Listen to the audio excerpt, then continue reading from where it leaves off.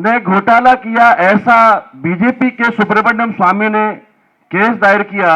EVM की निष्पक्षता के लिए 100% जो पेपर ट्रेल काउंटिंग की in the 16,15,000 voter verifiable paper audit trail machine खरीदने के लिए 3,173 करोड़ 47 लाख रुपया सुप्रीम कोर्ट के द्वारा सेशन कराया गया।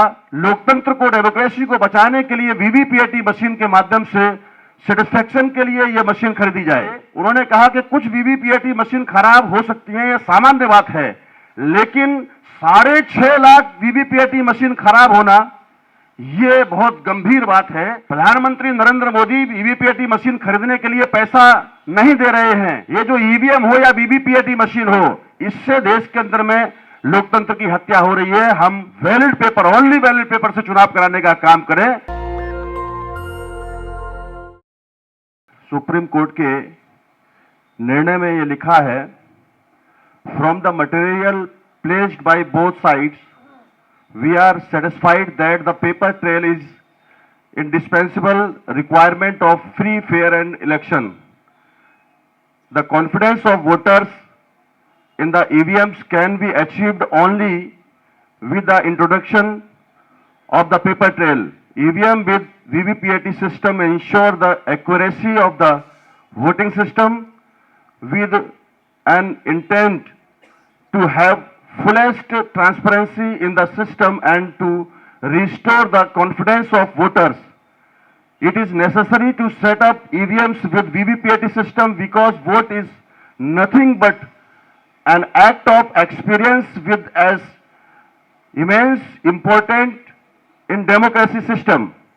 ये पैरा नंबर 29 में doctor Subramanian Swamy versus election commission of India 8 October 2013 का यह निर्णय है।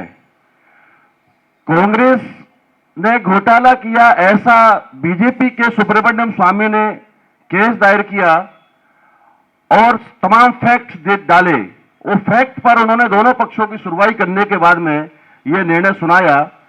दूसरा निर्णय, ईवीएम की निष्पक्षता के लिए 100% जो पेपर ट्रेल काउंटिंग की इन केस ऑफ डिस्प्यूट जो बातें कही थी, उस केस में सैयद नसीम जैदी वर्सेस बामसे यानी backward and minorities communities employees federation versus Syed Naseem Zaidi, ये केस भी फाइल किया ऑनरेबल वामन मेश्राम जी के द्वारा, जिसका निर्णय आया 24 अप्रैल 2017 को, यानी 5 स्टेट के चुनाव संपन्न होने के बाद में निर्णय आया। वहां पर उस निर्णय में बहुत इंपॉर्टेंट बात कही गई और ये है कि 16,15,000 voter verifiable paper audit trail machine खरीदने के लिए 3,173 करोड़ 47 लाख रुपया सुप्रीम कोर्ट के द्वारा सेशन कराया गया कि यह भारत की लोकतंत्र को, डेमोक्रेसी को बचाने के लिए वीवीपीएटी मशीन के माध्यम से सेटिस्फेक्शन के लिए यह मशीन खरीदी जाए। लेकिन हैरानी की बात है, उससे पहले भी मशीनें कुछ ट्रायल बेस पर इलेक्शन कमीशन ऑफ इंडिया ने रखी हुई थी। 16,15,000 2017 के बाद में वीवीपीएटी मशीन लगाई गई। उसके पहले लगभग 1,25,000 2017 के पहले उनके पास थी। कुल मिलाकर के 17,40,000 कुल वीवीपीएटी 2019 के लोकसभा चुनाव में भारत निर्वाचन आयोग ने लगाई। यहां पर हमारे सीनियर लीडर हैं कांग्रेस के ऑनरेबल दिग्विजय सिंह साहब, उनको मालूम होगा। आपको यह भी पता होगा साथियों, प्रेस के माध्यम से मैं देश की जनता को यह बताना चाहता हूं कि 6.5 लाख वीवीपीएटी मशीन जो डिफेक्टिव मशीन थी, उसके बारे में बहुत महत्वपूर्ण तरीके से बताया गया कि इतनी सारी डिफेक्टिव मशीन के माध्यम से 19 से लेकर के तमाम राज्यों के असेंबली इलेक्शन भी कराए गए चुनाव आयोग के द्वारा, और उस पर सवाल खड़ा किया गया। उस वक्त में एसवाई कुरैशी साहब जो पूर्व मुख्य चुनाव आयुक्त रहे, उन्होंने कहा कि कुछ वीवीपीएटी मशीन खराब हो सकती है, यह सामान्य बात है, लेकिन 6.5 लाख वीवीपीएटी मशीन खराब होना यह बहुत गंभीर बात है। एसवाई कुरैशी साहब का यह कहना था उस वक्त में। साथियों, बहुजन मुक्ति पार्टी 20 जनवरी 2015 को हम लोगों ने सबसे पहले भारत में ईवीएम की अर्थी उठाने का काम किया और वामन मेश्राम साहब ने कश्मीर से लेकर कन्याकुमारी तक, कच्छ गुजरात से लेकर के बंगाल की खाड़ी तक सारे भारत में ईवीएम के विरोध में अभियान चलाया।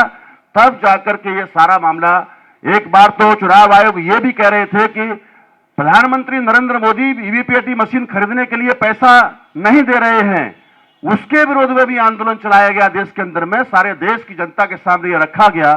बाद में डॉक्टर साहब और बहुत सारे हमारे एडवोकेट सुप्रीम कोर्ट के प्राचार्य साहब, इन्होंने इस मुद्दे को टेकअप किया, तब जाकर के ये सारा आज राष्ट्र का मुद्दा बन पाया है। देश के लोकतंत्र को बचाना है, इसलिए साथियों ये तमाम जो फोरम तैयार हुआ है अभी इसको लेकर के 2024 में हर हालत में ये जो ईवीएम हो या वीवीपीएटी मशीन हो, इससे देश के अंदर में लोकतंत्र की हत्या हो रही है। हम चुनाव आयोग महोदय से यही कहना चाहेंगे कि देश की जनता को अपना विश्वास जाहिर करने के लिए आप valid paper, only valid paper से चुनाव कराने का काम करें। बहुत बहुत शुक्रिया, धन्यवाद। मैं ऑनरेबल डॉक्टर साहब से भी अनुरोध करूंगा कि आपने ये जो बैठक बुलाई है और आगे भी ये लड़ाई अभी जन जन का मुद्दा बन गया है, राष्ट्र का मुद्दा बन गया है।